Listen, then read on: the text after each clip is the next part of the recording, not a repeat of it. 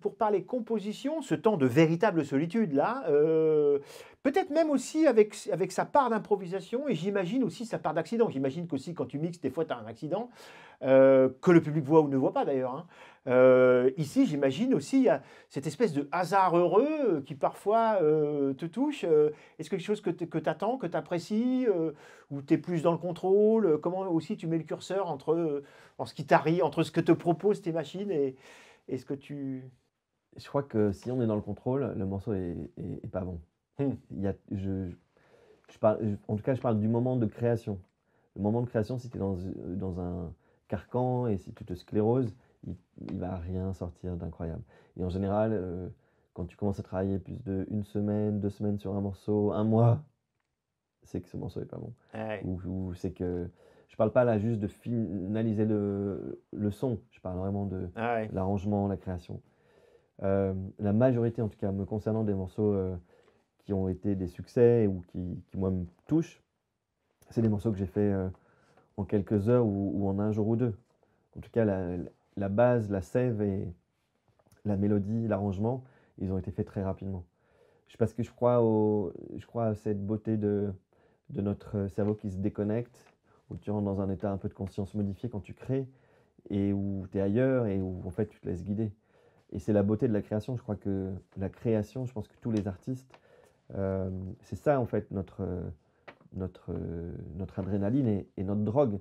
C'est qu'on rentre dans le studio pour moi qui fais la musique électronique, mais je pense que c'est vrai pour n'importe lequel, et de s'abandonner. Hmm. Ça peut être quelqu'un avec sa guitare, ça peut être moi avec mes machines, avec mes effets, mes traitements de son, et on s'abandonne, on ne voit pas le temps passer, on est dans un état de conscience qui est différent. Et c'est ça le nerf de la guerre, et c'est ça qui nous porte, je crois, dans la création.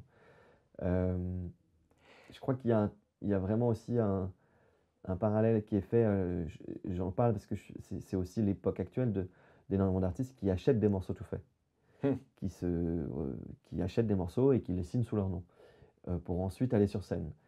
Euh, j'ai envie de dire, en fait, je comprends le système et je comprends que voilà, vous avez des équipes de management, c'est comme ça que vous allez gagner beaucoup d'argent, mais vous passez à côté de la base. La base n'est pas être sur scène pour la fame et pour l'argent, la base c'est de kiffer en studio et de se laisser aller et de pouvoir se dire: «Ah là là, on a créé ça là, ce jour-là, c'était magique».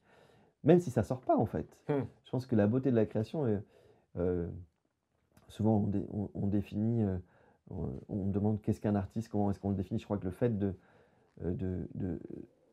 d'être dans cet état-là, c'est la définition de l'artiste et c'est pas de sortir le morceau au final.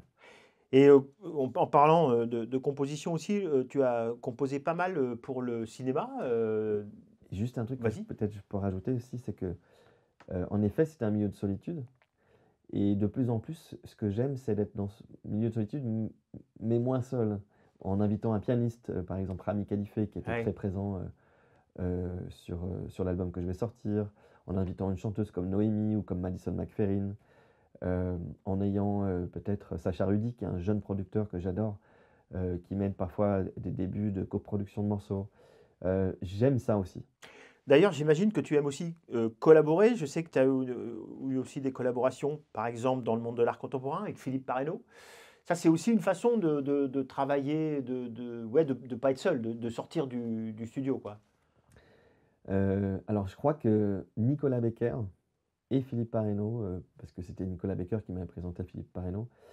C'est eux d'ailleurs qui m'ont donné un petit peu ce titillement pour ensuite faire toutes mes expérimentations d'aujourd'hui en art digital.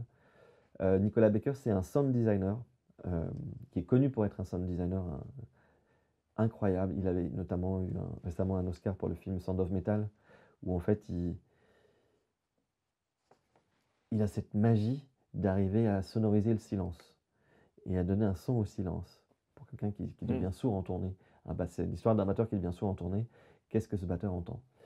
J'ai ne serait-ce que pour l'aspect son, parce qu'il ne faut pas non plus que tous les artistes flippent en allant voir ce film, parce que ça pose des questions quand même.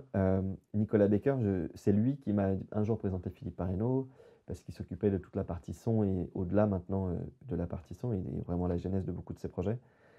Et j'ai beaucoup appris en fait avec Nico, qui me manque, j'ai pas le temps de voir beaucoup en ce moment, mais je pense que c'est un artiste extraordinaire, Nicolas Becker. qui lui est en train de s'épanouir et devenir un musicien. Et l'idée de travailler avec des artistes d'art contemporain, c'était aussi de justement casser ces codes de la musique électronique, de la musique un peu fonctionnelle, faite pour être là, soit pour passer en radio, soit pour faire danser. Quand on est sur un projet d'art, il n'y a plus aucun code. Et du coup, c'est aussi un moment assez incroyable. Bon, c'est vertigineux parce que du coup, tout est possible. Mais quand on a travaillé sur l'exposition de l'Armory Park à New York ou à la Tate Moderne pour la Turbine Hall, euh, on travaillait sur des sujets où en fait on partait de mes compositions MIDI, mais mes compositions finalement n'étaient parfois que des moyens d'envoyer des sons qui étaient des sons de l'enceinte même du building de la Tate Moderne.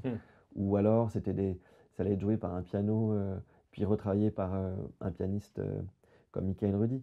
Il y a eu beaucoup de, de, de réflexions là-dessus qui, moi, m'ont en tout cas donné pas mal je veux dire, de perspectives sur les choses que je pouvais faire après en tant qu'artiste, en dehors de la musique.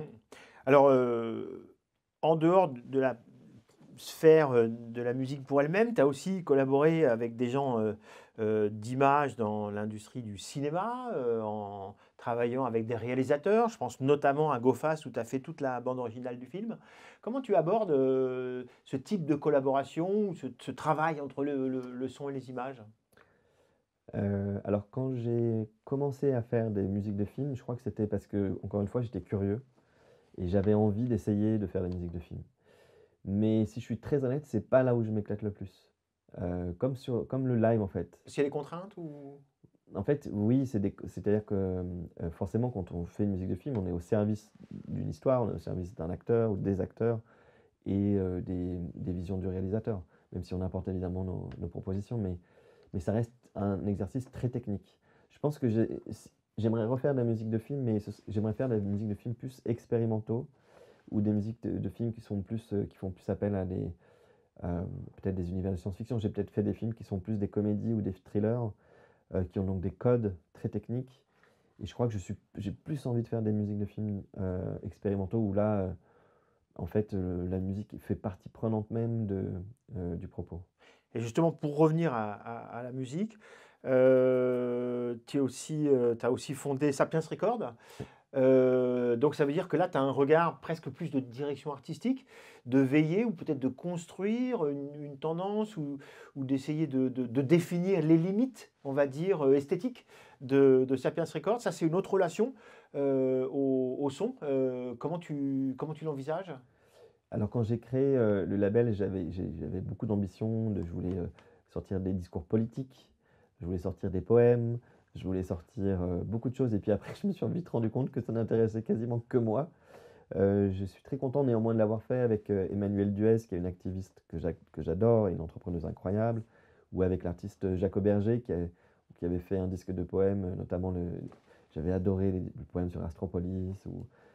Et j'en avais fait un autre où peut-être que je sortirai un jour avec Yann Kounen, où j'enregistre Yann et son chaman sous ayahuasca. Et donc peut-être que ça sortira un jour aussi.